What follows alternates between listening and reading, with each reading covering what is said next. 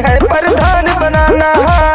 जीत के चुनाव नया राम करेंगे, अखिलेश भैया जी काम करेंगे।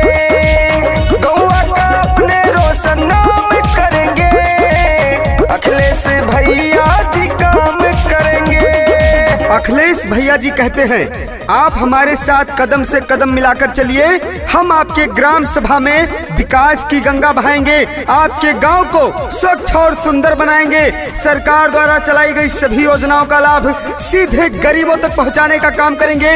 आपकी आवाज बनेंगे, आपकी समस्याओं को सरकार तक पहुंचाएंगे। आपके प्रधान पद के उम्मीदवार अखिलेश भैया। दुखियों गरीबों का बन के सहारा, आया है रण में देखो शेर हमारा, आया है रण में देखो शेर हमारा। हर माँ बहन का आशीर्वाद मिलेगा, जो कहते हैं अखिलेश भैया करके ही देख ली है।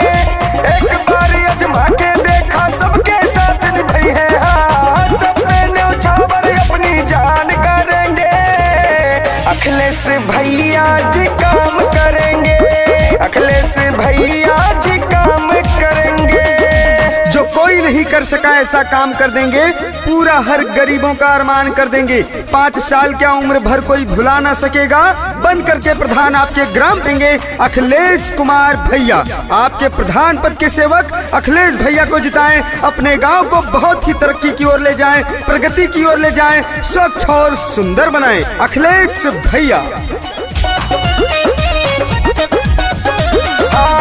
अपना किसी के बहकावे में आना, खाओ कसम नहीं धोखा है खाना, खाओ कसम नहीं धोखा है खाना। अखिलेश भैया जी काम करेंगे, घर के बेटे हैं नाम करेंगे। राशन बिजली कॉलोनी के व्यवस्था करवाई है, मनरेगा के पूरा पैसा जनता के दिलवाई है। सबकी सेवा ये सुबह शाम करेंगे, अखिलेश भैया जी काम करेंगे, अखिलेश भैया जी काम करेंगे। नाली खड़ंजा आरसीसी इंटरलॉकिंग रोड का निर्माण कराएंगे, पात्रित गरीबों का राशन कार्ड बनवाएंगे, समय समय पे गल्ला दिलाने का काम करेंगे, पात्रित गरीबों को आवास देने का काम करेंगे। आपके भाई, आपके बेटे, आपके चहेते अखिलेश कुमार भैया जी, आपको इस बार प्रधान सिर्फ अखिलेश भैया को चुनना है और अपने गांव में विकास की गंगा बहाना है। एक चुने नेक चुने, प्रधान उसी को चुने जो आप सबकी सुने। और ऐसे प्रधान पद के प्रत्याशी हैं अखिलेश भैया।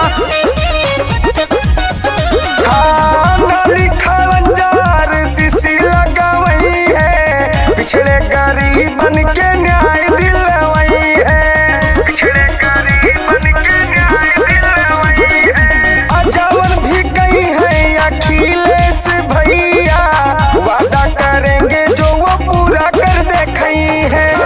जो भी विकास रुका हुआ वो भैया करी है पूरा, सबकी समस्या का निदान करेंगे, अखिलेश भैया जी काम करेंगे, अखिलेश भैया जी काम करेंगे।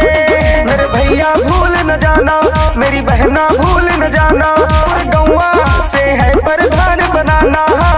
जीत के चुनाव नया राम करेंगे, अखिलेश भैया जी।